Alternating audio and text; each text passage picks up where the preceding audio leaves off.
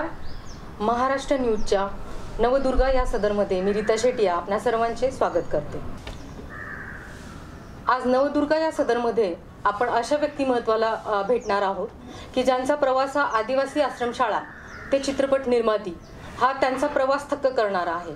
अशा सौ अश्विनी रणजित दरेकर यांच्याशी आपण खास बातचीत करणार आहोत. नमस्कार मॅडम. नमस्कार मॅडम, आदिवासी आश्रमशाळा ते चित्रपट निर्माती या प्रवासाबद्दल थोडं सांगाल? आपण नवदुर्गा हे सदर घेतोय, तर प्रत्येक क्षेत्रामध्ये तुम्ही सामाजिक क्षेत्रातही कार्य केलेले, व्यावसायिक क्षेत्रात केलेले, शैक्षणिक क्षेत्रात आहे, तुमचं खेळामध्येही आहे, म्हणजे स्पोर्ट्समध्येही आहे, आणि प्लस चित्रपट निर्माती म्हणून तुम्ही कार्य केलेलं आहे. तर हे कार्य सगळं करत असताना तुम्हाला अशा काही समस्या, असे काही प्रॉब्लेम आले की जिथे तुम्हाला नवदुर्गेचं रूप धारण करावं लागलं आणि तो प्रॉब्लेम तुम्ही सॉल्व्ह केला? सर्वप्रथम मला मी आधी माझा थोडक्यात बॅकग्राऊंड सांगते. येस.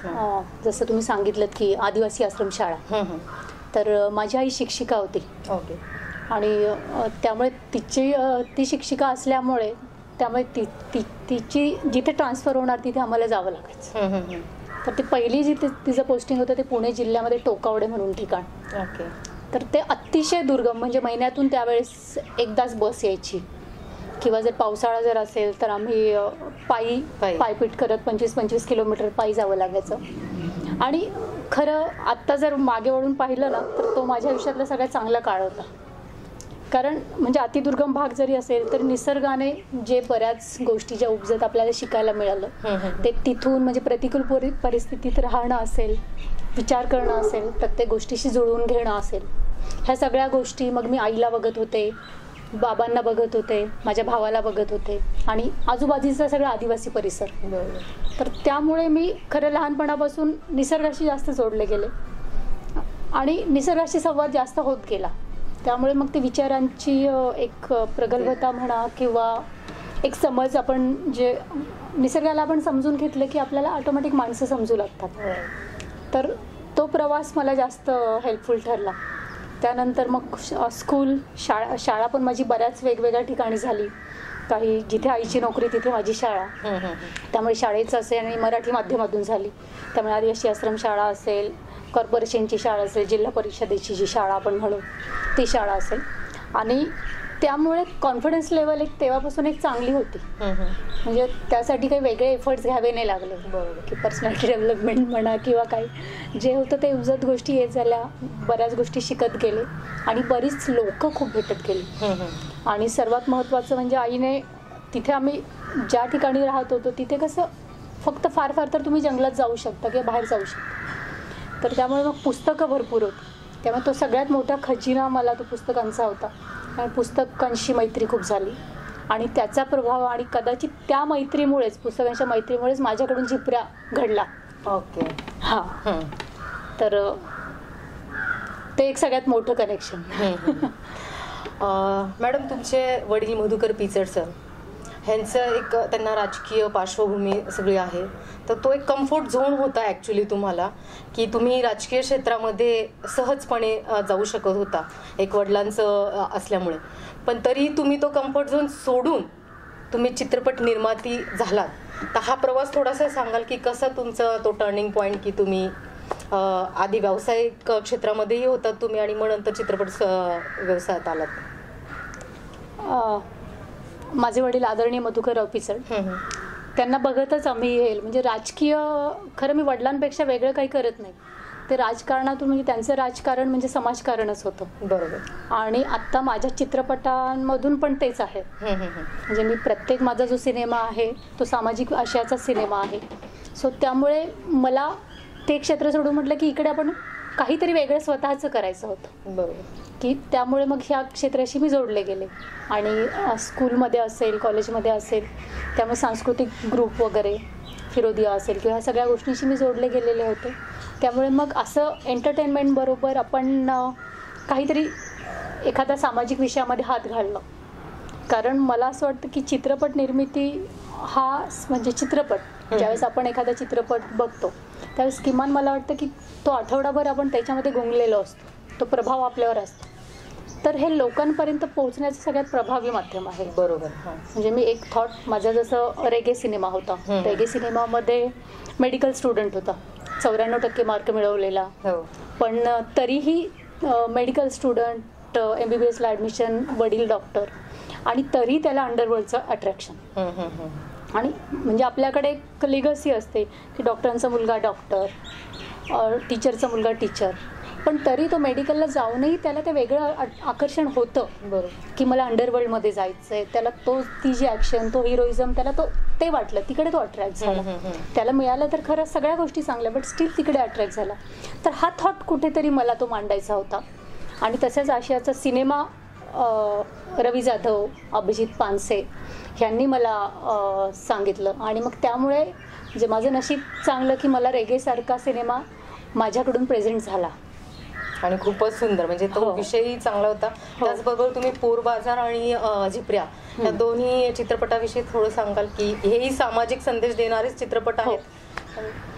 पोर बाजार हा सिनेमा ह्याच्यावर होता, चाइल्ड ट्रॅफिकिंग, म्हणजे जी मुलींची किंवा मानवीची जी विक्री होते त्याच्यावर तो सिनेमा होता. एक छोटासा स्पर्श करून तो त्या गोष्टींकडे जातो. लहान मुलांसाठी बनवलेला तो सिनेमा होता. आणि तो एक चांगला, म्हणजे त्याचंही एक विषय म्हणून, सब्जेक्ट म्हणून सगळीकडे खूप वाखाणला गेला. बरोबर.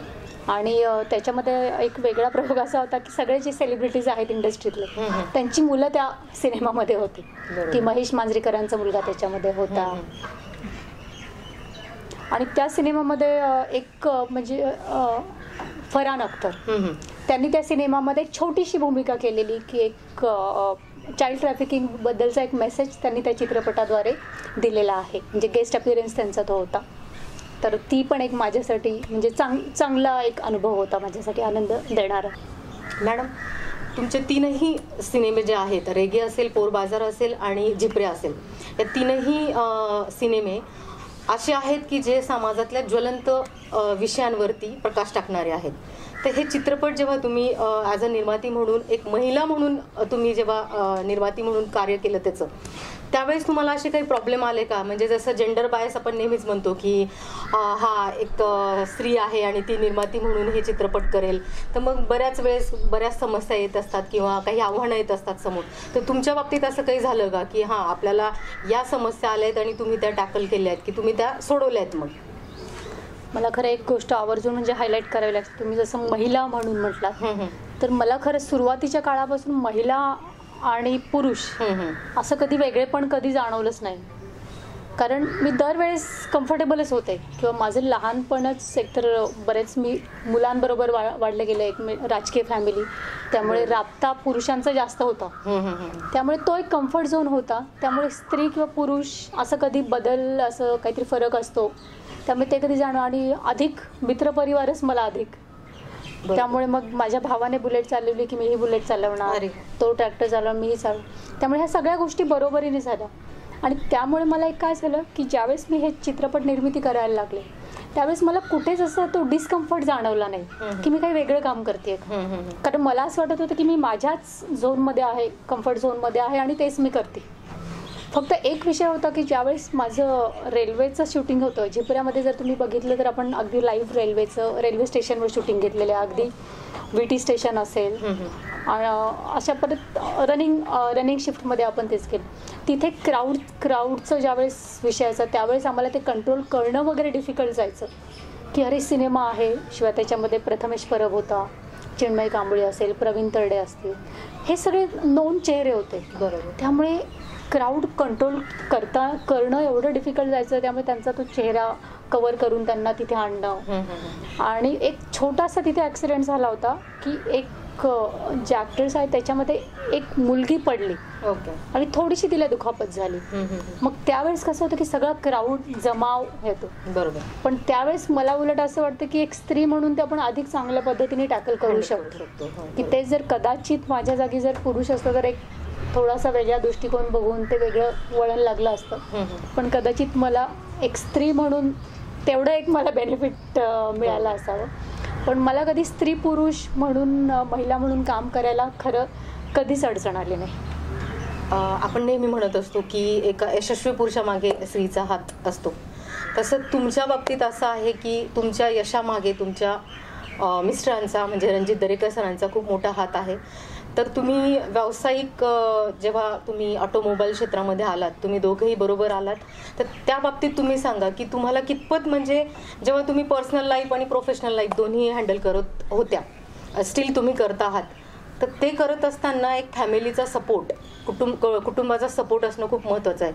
सरांनी तर तुम्हाला खूप सपोर्ट केला असतं, त्याविषयी थोडक्यात सांगा की कशा प्रकारे त्यांनी तुम्हाला तुमच्या प्रत्येक क्षेत्रामध्ये पुढे सपोर्ट करत गेलेत. त्यांच्या बाबतीत रणजित दरेकरांच्या बाबतीत जर म्हणायचं झालं तर आज मी जी आहे अश्विनी रणजित दरेकर, ते सगळं श्रेय त्यांना जातं.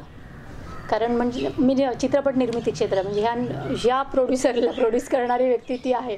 ओके. कारण त्यांच्याशिवाय हे शक्यच नव्हतं. कसं असतं, स्त्रीला एम्पॉवर करायची कधीच गरज नसते. म्हणजे मला असं वाटतं की स्त्री स्वतःच सक्षम असते. फक्त तिला योग्य ते स्वातंत्र्य मिळालं ना तर तिला पंख असतात, तिला त्या पंखांना बळ येतं आणि ती उडू लागते. तर तसंच काहीसं झालं की म्हणजे माझ्या घरामध्ये जेवढं मला स्वातंत्र्य मिळालं नाही तेवढं मला रणजित बरोबर लग्न झाल्यावर मिळालं. मग ते करिअर असो, मित्रमैत्रिणींचं असो किंवा कुठेही, म्हणजे मी आज कोणतीही गोष्ट जर करायची म्हटले तर रणजित आहे, त्यामुळे मला कधीच भीती वाटत नाही. मग कुणाला भेटायला असेल, काही काम करताना असेल की हां रणजित इज देअर, एक समहाऊ तो एक सपोर्ट असतो ना, तो सगळ्यात खूप मोठा आहे.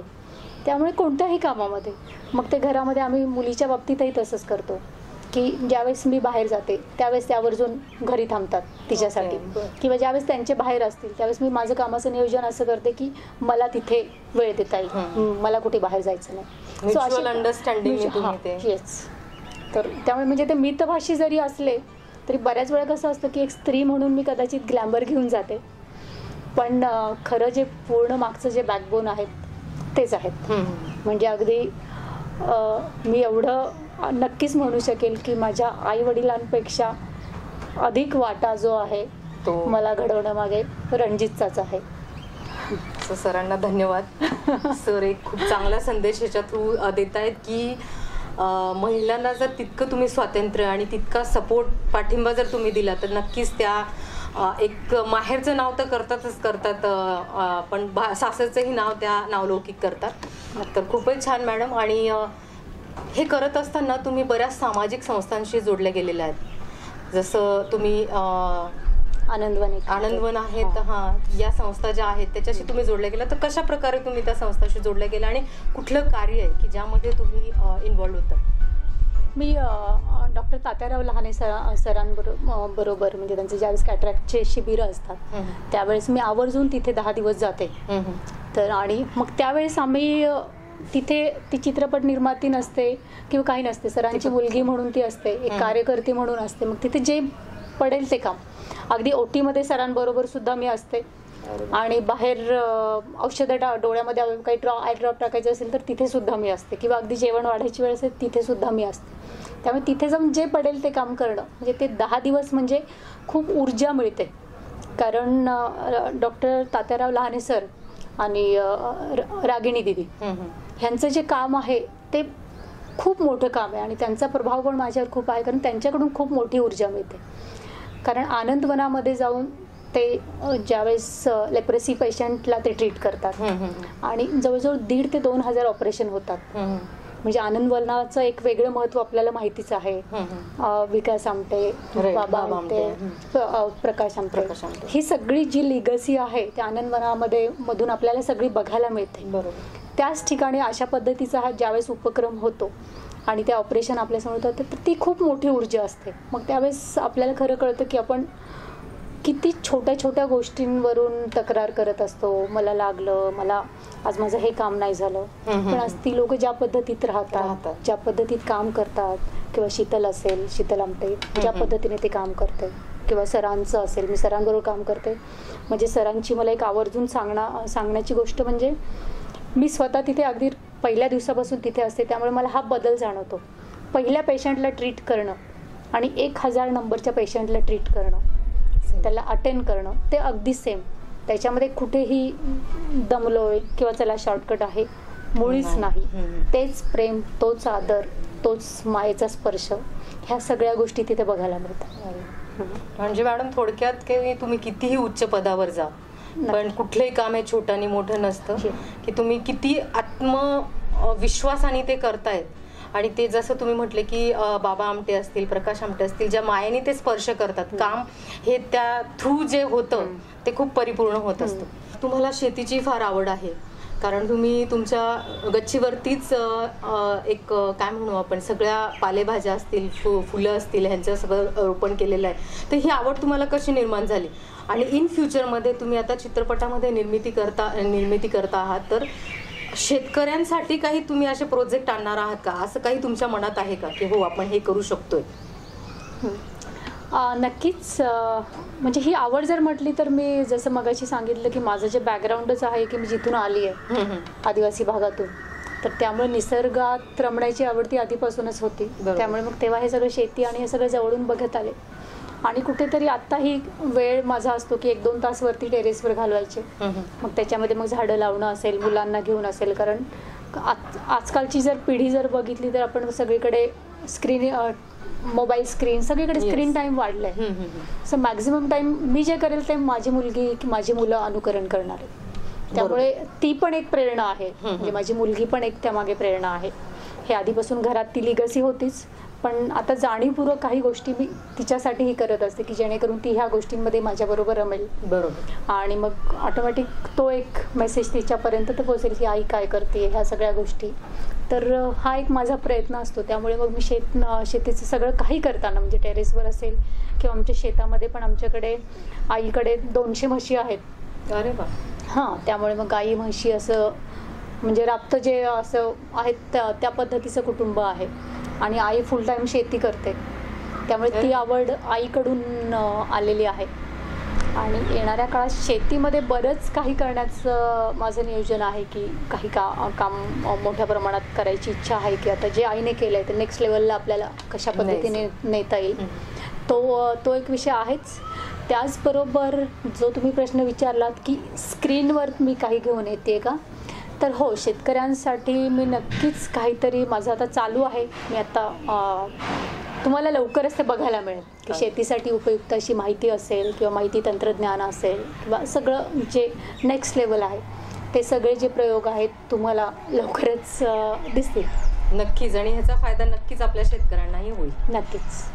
मॅडम, तुमच्या इथे जर पाहिलं तर बऱ्याच प्रमाणात पुस्तकं आहेत, तर वाचनाची आवड तुम्हाला नक्कीच आहे, ह्याच्यातून दिसून येते. तर तुम्ही थोडक्यात सांगाल की तुमची ही वाचनाची आवड आणि कुठल्या अशी पुस्तकं आहेत जी तुम्ही सांगाल की ती प्रेक्षकांनीही वाचली पाहिजे?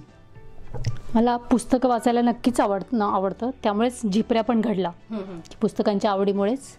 आणि सगळ्यात माझ्या आयुष्यावर म्हणजे माझं आयुष्य बदलणारं पुस्तक म्हणजे एक होता कारभार, वीणा गवाणकरांचं.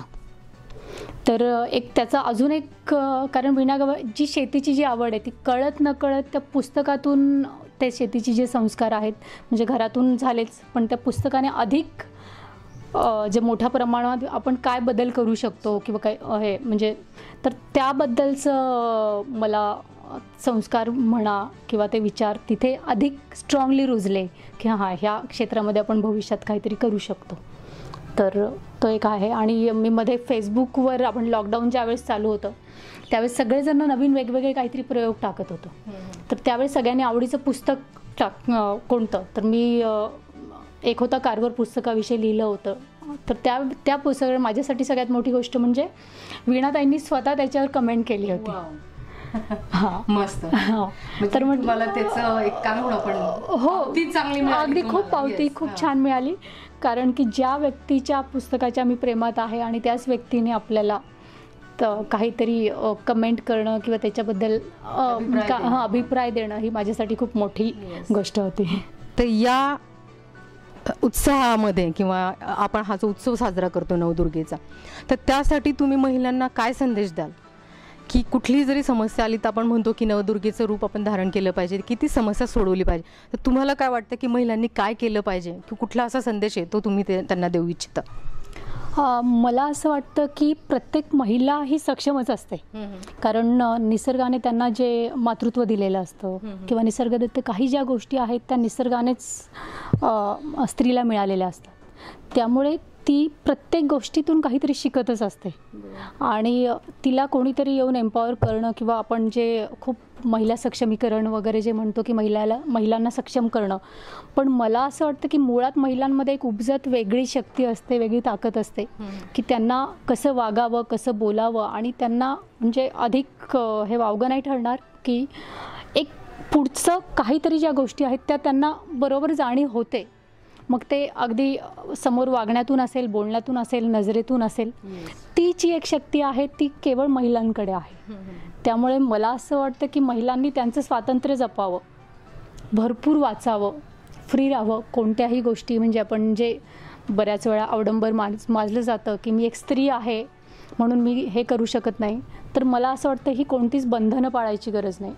कारण आपण ज्या ज्या पद्धतीने घडत असतो, आपल्या मुलांना घडवत असतो, आपल्याला माहिती असतं की कसं वागायचं, कसं रिॲक्ट व्हायचं प्रत्येक परिस्थितीशी.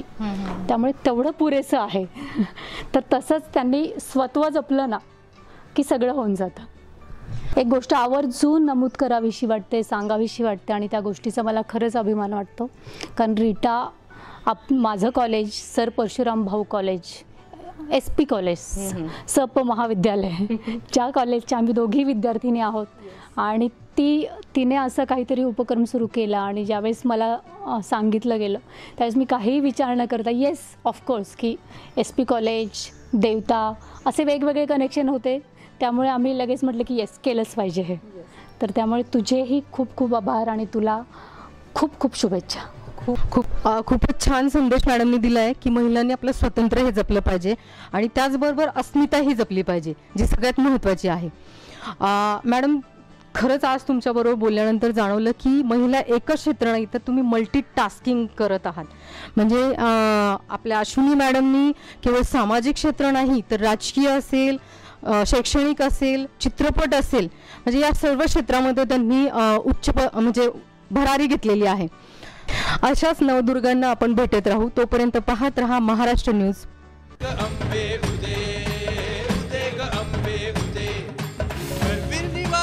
महालक्ष्मी उदे ग